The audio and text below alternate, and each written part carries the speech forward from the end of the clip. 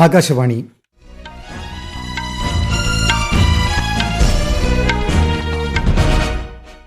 നമസ്കാരം. വാർത്തകൾ വായിക്കുന്നത് അനിൽകുമാർ.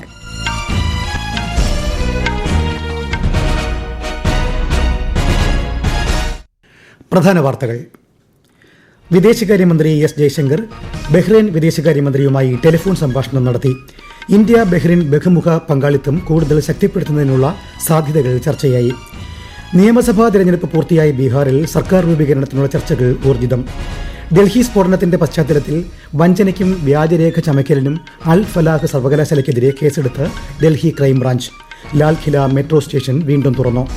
കേരളത്തിൽ മണ്ഡല മകരവിളക്ക് തീർത്ഥാടനത്തിനായി ശബരിമല ക്ഷേത്രനട ഇന്ന് വൈകിട്ട് തുറക്കും.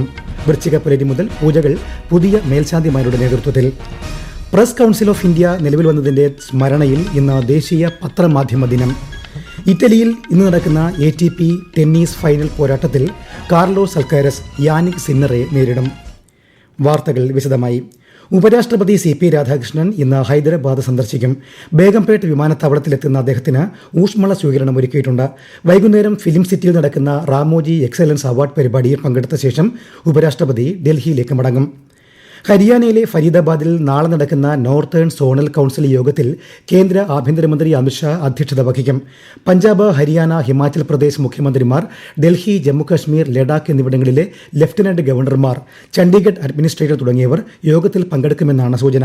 32ാമത് നോർത്തേൺ സോണൽ കൌൺസിൽ യോഗത്തിൽ സംസ്ഥാന സർക്കാരുകൾ തമ്മിലുള്ള ഏകോപനം, ജലം പങ്കിടൽ, വികസന പ്രവർത്തനങ്ങൾ എന്നിവ ചർച്ചയാകും. വിദേശകാര്യമന്ത്രി എസ് ജയശങ്കർ ബഹ്റൈൻ വിദേശകാര്യമന്ത്രി അബ്ദുൽ ലത്തീഫ് ബിൻ റാഷിദ് അൽ സയാനിയുമായി ടെലിഫോൺ സംഭാഷണം നടത്തി. ഇന്ത്യയും ബഹ്റൈനും തമ്മിലുള്ള ബഹുമുഖ പങ്കാളിത്തം കൂടുതൽ ശക്തിപ്പെടുത്തുന്നതിനുള്ള സാധ്യതകൾ ഇരു നേതാക്കളും ചർച്ച ചെയ്തു. നിലവിലെ പ്രാദേശിക ആഗോള സാഹചര്യങ്ങളെക്കുറിച്ച് ഇരുവരും ആശയങ്ങൾ കൈമാറിയതായി ശ്രീ ജയശങ്കർ സമൂഹമാധ്യമത്തിൽ കുറിച്ചു. നിയമസഭാ തെരഞ്ഞെടുപ്പ് പൂർത്തിയായി ബീഹാറിൽ പുതിയ സർക്കാർ രൂപീകരിക്കുന്നതിനുള്ള പ്രവർത്തനങ്ങൾ ഊർജിതം. സർക്കാർ രൂപീകരണം സംബന്ധിച്ച് 2 ദിവസത്തിനുള്ളിൽ അന്തിമ തീരുമാനമാകുമെന്ന് BJP സംസ്ഥാന അധ്യക്ഷൻ ഡോക്ടർ ദിലീപ് ജയ്സ്വാൾ അറിയിച്ചു. വിശദാംശങ്ങളിലേക്ക്. കേന്ദ്രമന്ത്രിയും ലോക് ജനശക്തി പാർട്ടി അധ്യക്ഷനുമായ ചിരാഗ് പാസ്വാൻ, ഹിന്ദുസ്ഥാനി അവാം മോർച്ച അധ്യക്ഷൻ സന്തോഷ് സുമൻ, NDAയിലെ മുതിർന്ന നേതാക്കൾ തുടങ്ങിയവർ ഇന്നലെ പട്നയിൽ ജനതാദൾ യുണൈറ്റഡ് അധ്യക്ഷനും മുഖ്യമന്ത്രിയുമായ നിതീഷ് കുമാറുമായി കൂടിക്കാഴ്ച നടത്തി. സർക്കാർ രൂപീകരണം സംബന്ധിച്ച അനൌപചാരിക ചർച്ചകളാണ് ഇന്നലെ നടന്നത്. JDU working president Sanjay Jha, കേന്ദ്രമന്ത്രി രാജീവ് രഞ്ജൻ സിംഗ് എന്നിവർ ഇന്നലെ ന്യൂഡൽഹിയിൽ മുതിർന്ന BJP നേതാവും കേന്ദ്രമന്ത്രിയുമായ അമിത് ഷായുമായും കൂടിക്കാഴ്ച നടത്തി. നാളെ ബീഹാർ മന്ത്രിസഭയുടെ അവസാന യോഗം ചേർന്ന് മന്ത്രിസഭ പിരിച്ചുവിടാൻ ശുപാർശ ചെയ്യുമെന്നാണ് സൂചന. അതിനിടെ JDUവിന്റെ പുതിയതായി തെരഞ്ഞെടുക്കപ്പെട്ട 85 MLA-മാരെയും പട്നയിലേക്ക് വിളിച്ചുവരുത്തി. നാളെ ചേരുന്ന JDU നിയമസഭാ കക്ഷി യോഗത്തിൽ പാർട്ടി അധ്യക്ഷൻ നിതീഷ് കുമാറിനെ നിയമസഭാ കക്ഷി നേതാവായി തെരഞ്ഞെടുക്കും. NDAയിലെ 5 ഘടക കക്ഷികളും നിയമസഭാ കക്ഷി നേതാക്കളെ തെരഞ്ഞെടുക്കുന്നതിനായി പ്രത്യേകം യോഗങ്ങൾ ചേരും. News desk, Akashvani. ഡൽഹി ചുവപ്പുകോട്ട സ്ഫോടനവുമായി ബന്ധമുള്ളവർ ജോലി ചെയ്തിരുന്ന അൽ ഫലാഹ് സർവകലാശാലയ്ക്കെതിരെ ഡൽഹി ക്രൈംബ്രാഞ്ച് 2 FIR-കൾ ഫയൽ ചെയ്തു. വഞ്ചന, വ്യാജരേഖ ചമയ്ക്കൽ എന്നീ വകുപ്പുകളിലാണ് കേസെടുത്തിട്ടുള്ളത്. ഇന്നലെ സർവകലാശാല ഓഫീസ് സന്ദർശിച്ച ഡൽഹി പോലീസ് ചില രേഖകൾ ആവശ്യപ്പെട്ടതായാണ് വിവരം. UGCയും നാഷണൽ അസസ്മെന്റ് ആൻഡ് അക്രഡിറ്റേഷൻ കൌൺസിലും നടത്തിയ പരിശോധനകളിൽ സർവകലാശാലയിൽ ഗുരുതര ക്രമക്കേടുകളും കണ്ടെത്തിയിട്ടുണ്ട്. ഡൽഹിയിലെ ലാൽഖില മെട്രോ സ്റ്റേഷൻ വീണ്ടും യാത്രക്കാർക്കായി തുറന്നുകൊടുത്തതായി ഡൽഹി മെട്രോ റെയിൽ കോർപ്പറേഷൻ അറിയിച്ചു. ചുവപ്പുകോട്ടയ്ക്ക് സമീപം തിങ്കളാഴ്ചയുണ്ടായ സ്ഫോടനത്തെ തുടർന്ന് ലാൽഖില മെട്രോ സ്റ്റേഷൻ അടച്ചിരുന്നു.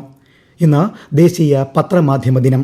1966 നവംബർ 16-ന് പ്രസ് കൌൺസിൽ ഓഫ് ഇന്ത്യ നിലവിൽ വന്നതിന്റെ സ്മരണ പുതുക്കുന്നതിനായാണ് ദിനാചരണം സംഘടിപ്പിക്കുന്നത്.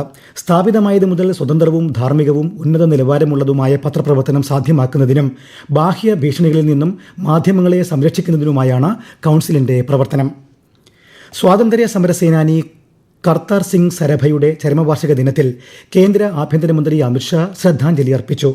ഗദ്ദർ പാർട്ടിയിലൂടെ വിദേശത്തായിരുന്ന ഇന്ത്യക്കാരെയും രാജ്യത്തിന്റെ സ്വാതന്ത്ര്യത്തിനായി പ്രവർത്തിപ്പിക്കാൻ അദ്ദേഹം പ്രചോദിപ്പിച്ചതായി ശ്രീ അമിത്ഷാ പറഞ്ഞു.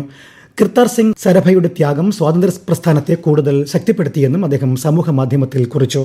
വിനോദസഞ്ചാരം പ്രോത്സാഹിപ്പിക്കുന്നതിന്റെ ഭാഗമായി തന്ത്രപ്രധാന മേഖലയായ ദോക്ലാം, ചോല എന്നിവിടങ്ങൾ ഡിസംബർ 15 വിനോദസഞ്ചാരത്തിനായി തുറന്നു കൊടുക്കുമെന്ന സിക്കിം സർക്കാർ. ഇതാദ്യമായാണ് അതീവ സുരക്ഷാ അതിർത്തി മേഖലകളിലേക്ക് സാധാരണ പൗരന്മാർക്ക് പ്രവേശനം അനുവദിക്കുന്നത്. സന്ദർശനം ആരംഭിച്ചാൽ പ്രത്യേക നിർദ്ദേശങ്ങളോടെ പരിമിതമായ വാഹനങ്ങൾക്ക് മാത്രമാണ് സർക്കാർ അനുമതി നൽകുക. ഈ വാർത്തകൾ ആകാശവാണിയിൽ നിന്ന്. ആകാശവാണി വാർത്തകളും വാർത്താ അധിഷ്ഠിത പരിപാടികളും all India radio news Thiruvananthapuram YouTube ചാനലിലും @all India radio news Thiruvananthapuram Facebook പേജിലും AIR ന്യൂസ് _ തിരുവനന്തപുരം ഇൻസ്റ്റഗ്രാം അക്കൌണ്ടിലും @AIR ന്യൂസ് _ TVM X ഹാൻഡിലും ലഭ്യമാണ്. കേരളത്തിൽ തീവ്ര വോട്ടർ പട്ടിക പരിഷ്കരണത്തിന്റെ ഭാഗമായുള്ള എന്യൂമറേഷൻ ഫോം വിതരണം 90.42% പൂർത്തിയായെന്ന് മുഖ്യ തെരഞ്ഞെടുപ്പ് officer Rathan U Kelkar. Enumeration form ലഭിക്കാത്തവർക്കായി പ്രത്യേക യജ്ഞം നടത്തുമെന്നും മുഖ്യ തെരഞ്ഞെടുപ്പ് ഓഫീസർ അറിയിച്ചു. കേരളത്തിൽ തദ്ദേശ തിരഞ്ഞെടുപ്പിനുള്ള നാമനിർദ്ദേശ പത്രിക സമർപ്പണം പുരോഗമിക്കുന്നു. പത്രിക സമർപ്പണത്തിന്റെ ആദ്യ ദിനമായ ഇന്നലെ 42 പേർ നാമനിർദ്ദേശ പത്രിക നൽകി. ഈ മാസം 21 വരെയാണ് പത്രിക നൽകാനാവുക.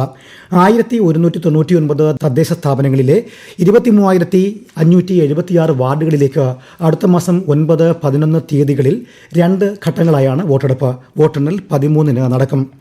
തദ്ദേശ തെരഞ്ഞെടുപ്പിന്റെ പശ്ചാത്തലത്തിൽ സ്ഥാനാർത്ഥികൾക്കും രാഷ്ട്രീയ പാർട്ടികൾക്കും പെരുമാറ്റച്ചട്ടം കർശനമാക്കി സംസ്ഥാന തെരഞ്ഞെടുപ്പ് കമ്മീഷൻ.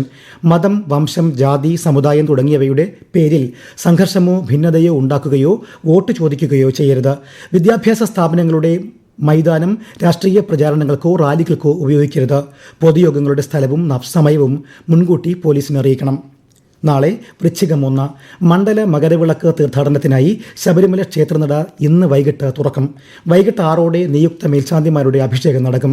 തീർത്ഥാടകരെ പമ്പയിൽ നിന്നും സന്നിധാനത്തേക്ക് കയറ്റിവിട്ടു തുടങ്ങി. പ്രത്യേക ദിനങ്ങളിലൊഴികെ നാളെ മുതൽ 90,000 പേർക്ക് ദർശനം ലഭ്യമാകും. കൂടുതൽ വിവരങ്ങളുമായി ആകാശവാണി പത്തനംതിട്ട ജില്ലാ പ്രതിനിധി ശ്രീജി S. ശ്രീധർ.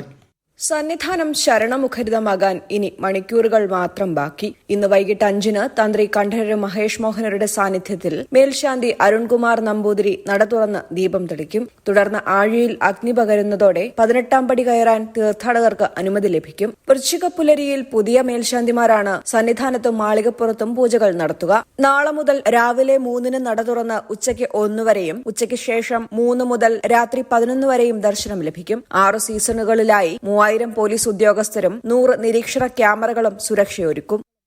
പാലക്കാട് കൽപ്പാത്തിയിൽ ഇന്ന് ദേവരഥ സംഗമം.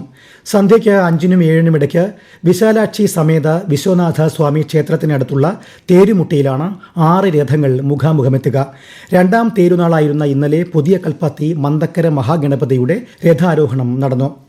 ഇറ്റലിയിലെ ടൂറിനിൽ നടക്കുന്ന ATP ടെന്നീസ് ഫൈനൽ പോരാട്ടത്തിൽ ഇന്ന് കാർലോസ് അൽക്കാരസ് യാനിക് സിന്നർ നേരിടും. ഇന്ത്യൻ സമയം രാത്രി 10:30-നാണ് മത്സരം. ഈ വർഷത്തെ അൽക്കാരസിന്റെ 11ാം ഫൈനൽ മത്സരമാണിത്. ഇതോടെ 2013-ൽ റാഫേൽ നദാലിന് ശേഷം ATP ഫൈനലിലെത്തുന്ന ആദ്യ സ്പാനിഷ് കളിക്കാരനായി അദ്ദേഹം. ഇന്ത്യ ആതിഥേയത്വം വഹിക്കുന്ന ബോക്സിംഗ് ലോകകപ്പ് ഫൈനലുകൾക്ക് ഇന്ന് തുടക്കമാകും. ഉച്ചയ്ക്ക് 2 മണിക്കാണ് മത്സരങ്ങൾ ആരംഭിക്കുക. തുടർന്ന് വൈകുന്നേരം 6 മണിക്ക് ഉദ്ഘാടന ചടങ്ങ് നടക്കും. 18 രാജ്യങ്ങളിൽ നിന്നുള്ള ഏകദേശം 130 ബോക്സർമാർ മത്സരങ്ങളിൽ പങ്കെടുക്കുന്നുണ്ട്. 20 വിഭാഗങ്ങളിൽ ഇന്ത്യൻ താരങ്ങൾ മത്സരിക്കും. കൊൽക്കത്തയിൽ നടക്കുന്ന ഇന്ത്യ ദക്ഷിണാഫ്രിക്ക ക്രിക്കറ്റ് ടെസ്റ്റിന്റെ 3ാം ദിവസമായ ഇന്ന് ഇന്ത്യയുടെ 2ാം ഇന്നിംഗ്സ് പുരോഗമിക്കുന്നു. ഒടുവിൽ വിവരം ലഭിക്കുമ്പോൾ ഇന്ത്യ 2 വിക്കറ്റിന് 32 റൺസ് എന്ന നിലയാണ്. ഇന്ത്യ 1ാം ഇന്നിംഗ്സിൽ 189 റൺസിന് പുറത്തായിരുന്നു.